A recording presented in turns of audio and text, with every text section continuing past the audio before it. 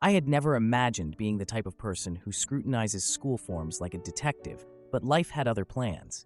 I wasn't much for confrontation until Emily entered our lives. It all started 3 weeks ago when my 8-year-old daughter brought home a permission slip for a field trip.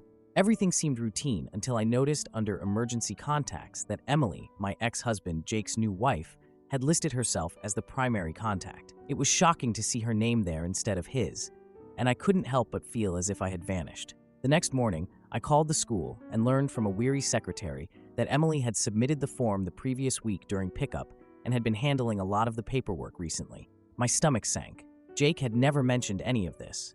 No text or warning, just silence. When I approached him about the issue, he simply shrugged as if we were discussing something trivial like who forgot to take out the trash, insisting that Emily was just trying to help and claiming that I was overreacting. That word hit me hard.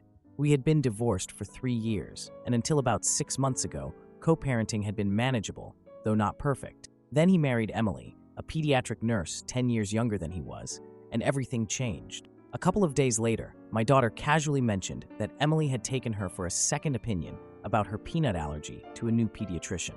I felt a lump in my throat because our custody agreement clearly stated that both parents needed to be involved in medical decisions. I texted Jake with trembling fingers, and his reply came instantly, claiming that since Emily was a nurse, she knew better than we did. It was as if he and Emily had become an inseparable team, while I was reduced to being an outsider. That afternoon, I met with my lawyer, a no-nonsense woman in her 50s who had once warned me that divorce was like a war with the children as the only bystander. After quickly reviewing the custody agreement, she pointed out that this was a clear violation and mentioned that we could send a cease and desist order.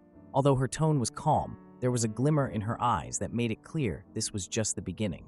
That weekend, Emily turned up at my house unannounced.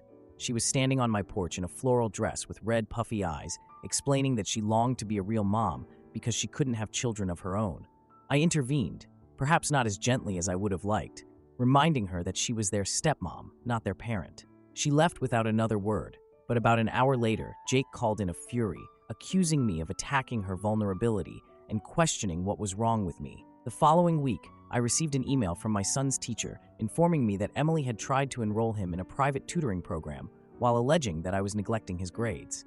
The accusations stung deeply, especially considering that I regularly stayed up until 2 a.m. helping him with math, prepared his lunches, signed numerous permission slips, and managed sick days alongside Zoom meetings. The claim of neglect felt utterly absurd. That night, I logged into our joint college fund account, which we had kept for the kids' sake, and was stunned to find that the balance was $3,000 lighter. The withdrawal, made under Jake's name and dated on the same day that Emily enrolled my son in tutoring, was undeniable evidence. I captured a screenshot, feeling a rare steadiness in my hands for the first time in weeks. The emergency court hearing that followed was a blur. The judge, a stern woman with silver hair, rebuked Jake for blatantly disregarding our custody agreement and granted me sole decision-making authority over medical and school matters. After the hearing, Jake glared at me as if I had betrayed him. Even though Emily wasn't present in the courtroom, I later saw her standing by my car with a pale, desperate look, insisting that the kids needed her. I didn't respond. I just got into my car and locked the doors. Later that night, Jake sent a text accusing me of having destroyed Emily and demanded that I apologize, threatening to sue for full custody if I didn't comply. My hands shook uncontrollably, and I ended up dropping my phone. Seeking comfort, I called my mom, who had been through her own custody battles, and she reassured me that I wasn't destroying anyone. I was simply protecting my children. About an hour later, I discovered my daughter crying in her room, clutching the stuffed owl that Jake had given her when she was 4. She confided that Emily had told her I was trying to erase her and wondered if we were still a family. Holding her close, I reassured her that we were, even though deep down I wasn't sure anymore. I used to believe that co-parenting was all about compromise, but now it feels more like building a fortress around my kids, brick by brick, while someone on the other side is trying to tear it down. I don't see Jake as a monster. He's just weak. And while I understand that Emily's actions stem from desperation, it doesn't give her the right to reshape our lives without our consent. My lawyer warned that if Jake continues to push the boundaries, we'll be back in court. The kids have become unusually quiet, as if holding their breath, and I struggle with how to explain that sometimes love just isn't enough, and that those who are supposed to protect you can eventually leave you with nothing but cracks in the foundation. All I know now is that I will fight until I have nothing left, because they are my kids, and no one has the right to take that away from us. Now for the first update, 3 weeks. That's how long it's been since I found Emily's note in my daughter's backpack. 3 weeks of holding my breath, waiting for the next grenade to drop. I keep telling myself I'm doing the right thing, but some days it feels like I'm just digging us deeper into the mud. It started with my son's iPad. He had been quieter than usual after coming back from Jake's, so I checked his messages, a move I'd never made before. I discovered dozens of texts from Emily, one reminding him that she was always his real mom, and another suggesting he share anything with her, even if someone got mad. My hands went cold. I took screenshots, sent them to my lawyer, and spent the night wide awake, staring at the ceiling and wondering how many times she'd whispered those words in person. The custody revision meeting was brutal. Jake sat slumped in his chair with his arms crossed, while my lawyer explained the new limits on communication. No unsupervised contact, no involvement in school or medical issues, and no more secret chats.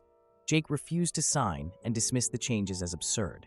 The judge had to step in and order the changes temporarily.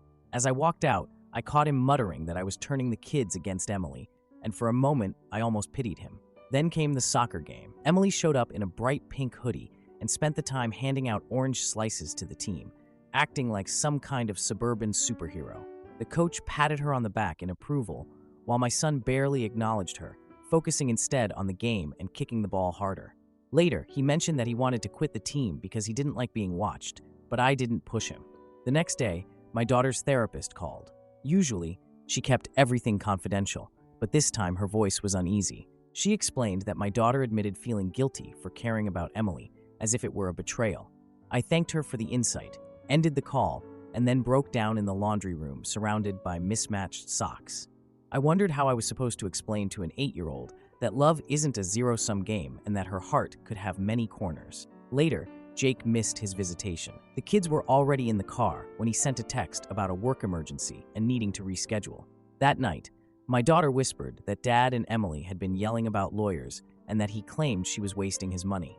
I tucked her in and spent hours Googling how much a custody battle might cost until my eyes burned. 2 days later, a letter from Emily's lawyer arrived on thick, cream-colored paper accusing me of parental alienation. My lawyer dismissed it as nothing more than fishing for trouble, but the word alienation clung to my mind. I began to question whether I'd let my anger towards Emily affect the kids. That evening, while buying them ice cream, my daughter mentioned that Emily often cried when Dad wasn't looking. Then there was the backpack note. My daughter had left it unzipped, revealing a folded heart drawn in glitter pen and Emily's loopy handwriting inside, asking me to keep their secrets safe and promising love to the moon. I drove to Jake's office with the crumpled note in my fist. He barely glanced at it, dismissing it as just a sweet note and implying that I was overreacting. I explained that visits were suspended until Emily backed off, and his hollow laugh warned me that I was at risk of losing them when they saw how bitter I'd become. That night, Emily called over and over.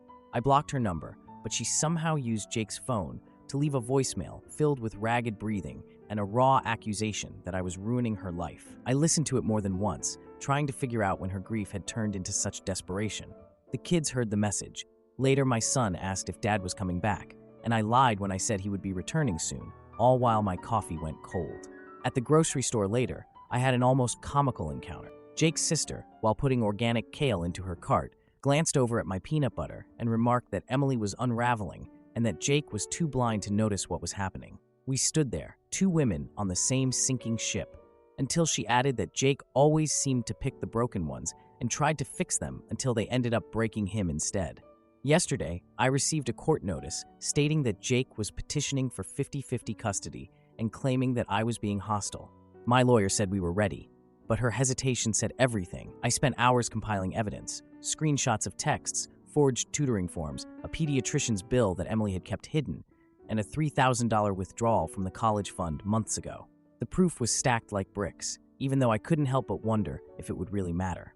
My lawyer warned me that judges were human and that issues like infertility could tug at their hearts. After ending the call, I slid down onto the bathroom floor with my knees pulled up to my chest, haunted by the thought that the court might see Emily's pain as more important than mine or the kids. That night, I woke up from a dream about losing them, clutching my phone and checking a monitor app to see their sleeping faces. Yesterday at the pharmacy, Emily cornered me. She looked completely worn out, her scrubs hanging loosely on her, and pleaded with me to let her see the children, promising she would disappear afterward. Her hand trembled as she reached for mine, but I stepped back without saying anything. I could see fear in her eyes, not anger, as if she'd already given up. Hours later, I received a text from Jake accusing me of causing her harm, and even though I deleted it, those words still hovered in my mind. I don't know who's right anymore. Maybe we're all wrong. But when I check on the kids tonight, seeing my daughter leaning over her brother with his stuffed dinosaur wedged between them, I know I'd do anything, even burn the world down, before I let anyone shake this peace. Even if it means turning against everything and everyone, even myself. Now for the second update. 3 weeks. That's how long it's been since the custody trial started. 3 weeks of sitting in that cold courtroom, my knees pressed together to keep them from shaking, while lawyers dissected my life like it was rotten fruit. I kept waiting to wake up from the nightmare, but the smell of stale coffee and the squeak of the judge's chair kept dragging me back. On the first day, Jake's lawyer attempted to portray me as a bitter ex-wife, using the kids as a weapon. I gripped the edge of the bench until my knuckles turned white, biting my tongue so hard I tasted blood. Then my lawyer presented forged school forms, the ones in which Emily had scribbled her name over mine in her distinctive loopy handwriting. The judge's eyebrows went up, and for a second, I allowed myself to hope. When Emily took the stand, she looked smaller than I remembered, her voice cracking as she recounted her miscarriage and insisted that she had never intended to hurt anyone. The judge leaned forward with a softening expression, and my stomach dropped. I wanted to shout that grief isn't a free pass, and that wanting something doesn't make it yours, but I sat there silently, counting the cracks in the ceiling tiles. During recess, Jake confronted me by the water fountain and insinuated that I was enjoying the proceedings, his tone low and intense. I couldn't recognize the man he had become. The clenched jaw and the way his eyes darted past me made me feel like a stranger. I remained silent. What could I say? That watching him defend her felt like swallowing glass, or that with every time he sided with her, I saw the caring man who used to bring me toast in bed slowly dissolve. In the end, the judge awarded me full legal custody. Jake kept his visitation rights, but Emily was barred from any involvement with schools or doctors. When the gavel finally struck, Jake stormed out without looking back while Emily collapsed in the hallway, her sobs echoing off the linoleum. My son tugged my sleeve and whispered that she scared him, and in that moment, I knew I'd made the right call. The kids chose to stay with me full-time, and Jake didn't contest it. But peace didn't last. A week later, I spotted Emily parked across the street from our house, her car idling at odd hours. I started checking the locks 3 times before bed. Then one night, a rock shattered the kitchen window, and glass rained over the sink while the kids slept upstairs. The cops said there wasn't enough evidence for a restraining order, no witnesses and no fingerprints. The next day, I bought security cameras, mounting one by the porch and another near the driveway. Every notification chime sent my pulse racing.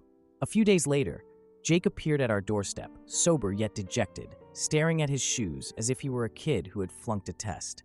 He claimed that Emily had lied about everything, from the tutoring and doctor visits to all the other details. His voice wavered, and for a heartbeat, I remembered the man I had married, the one who cried when our daughter was born. He asked for another chance and promised to keep Emily away.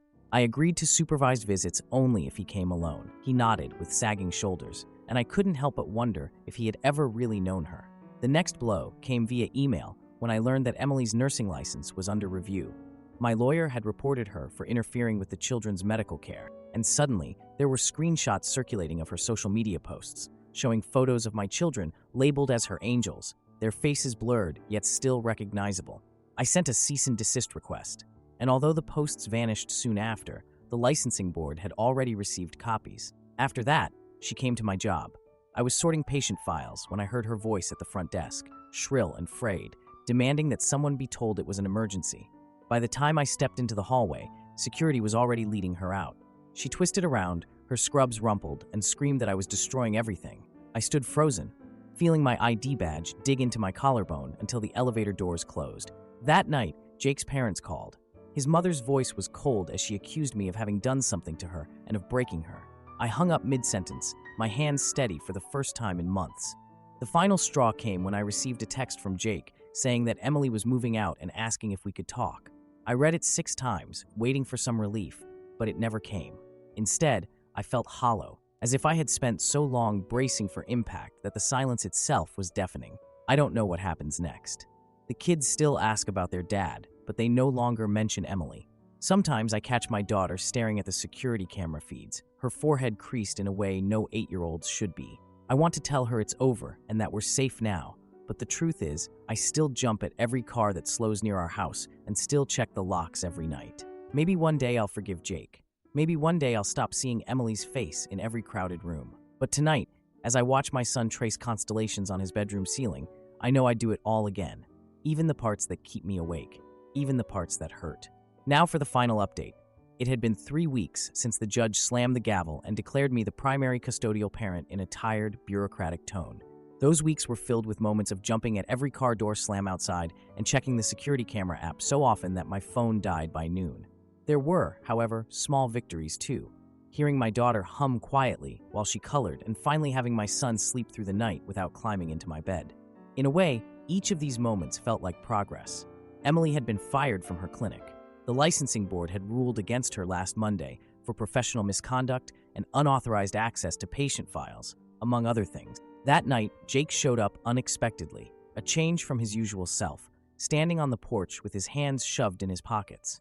He explained with a hint of hesitation that Emily had been taking medications, not for her own benefit, but perhaps to feel needed. Part of me wanted to offer him water, while another part felt like slamming the door. He was filing for divorce, stating it as plainly as if he were reading a weather report, with a flat finality. I hadn't pressed him for details, but he mentioned that she was not the person he had believed her to be, a statement that made me silently agree with him. One afternoon, while driving past the park where Emily used to take the kids, my daughter casually asked if Emily was gone forever. I explained that she was receiving help somewhere far away and reassured them that we were safe. My son simply nodded and continued kicking his car seat, though I later discovered him searching online about what happens in rehabilitation on our family iPad. Jake's behavior had noticeably changed. During his recent visitation, he arrived with takeout from the Thai restaurant we frequented when we were married. The children eagerly devoured their spring rolls while he sat at the table, genuinely listening as my daughter described her school project about sea turtles without a phone in sight or glancing nervously at the door. Later, after the kids went to bed, he lingered by the coat rack and suggested that we try family therapy, proposing that the sessions begin just with the family and that there be no pressure. I told him I would consider the idea. I wasn't ready for that step yet, but I couldn't forget the look on his face in the courthouse parking lot after the final custody hearing, shoulders slumped, tie askew, as he muttered that he had allowed her to replace me and that he was sorry. The man he used to be might have lashed out and blamed me for not moving on, but this version simply stood there, waiting for a reaction that I could not give him. The children no longer mentioned Emily directly. Sometimes, however, my daughter would point silently at a blonde woman in the grocery store, and other times my son would freeze for a moment while watching a rerun of a medical drama. When they thought I wasn't listening, they referred to her as the lady who cried a lot, and I chose not to correct them. 1 week ago, I discovered a letter in the mailbox with no return address, its handwriting marked by looping curves and jagged underlines. It was an apology from Emily that stretched over 4 pages, filled with rambling thoughts about her miscarriage, her loneliness, and how she believed the kids were her last chance to feel whole. She pleaded to see them again. I read the letter twice before burning it in the sink, watching as the flames reduced her plea to nothing more than ash. An hour later, my lawyer called to inform me that the restraining order had finally been approved, apparently because mailing that letter was considered a violation. I ended the call and scrubbed the sink until the smell of smoke dissipated. Jake had started dating again, a fact he mentioned offhand during a pickup, as if noting a routine dentist appointment. He described the new person as nothing serious, just someone from work, and I did not press him for further details. The kids never brought it up, but my daughter had drawn a family portrait the day before that showed just the 3 of us, along with our aging tabby cat, omitting both Jake and Emily, and depicting us floating in a sky filled with stick-figure clouds. I closed our joint college fund, remembering that Jake had drained half of it last year for what he called Emily's tutoring scam. However, there was still enough to transfer into a new account. When the bank teller asked if I wanted to add a beneficiary, I replied with a simple no. Last night, I woke to find my daughter's face close to mine. She left a sloppy kiss on my cheek and softly affirmed that I was the best mom before returning to her room. For the first time in months, I did not lie awake afterwards, but simply rolled over and watched the sunrise fill the room with an orange glow. Yesterday, while I was half asleep filling up the car at the gas station, Emily's mother approached, her heels clicking behind me. She angrily declared that I had won, her eyes red with fury, but I said nothing. I simply replaced the gas cap and left her standing there, clutching a pump she had not even begun to use. Perhaps winning meant that my kids could eat dinner without flinching at raised voices, or that I had finally stopped jumping every time the phone rang, or simply that my son now laughed loudly and unguardedly, as if he were not afraid of being overheard. This morning, I received a text from Jake asking if he could take the kids to the zoo on Saturday. I stared at the screen, waiting for a surge of anger from the past, but instead felt only a dull ache, as if a bone had healed wrong. I replied with a message instructing him to be there by 9. There was no tidy ending. I still checked the locks and deleted unknown numbers without listening to voicemails. But yesterday, I even forgot to check the security cameras until noon. A small sign of progress, maybe? Emily was gone, Jake was making an effort, and the kids were okay. And at last, I was beginning to breathe again.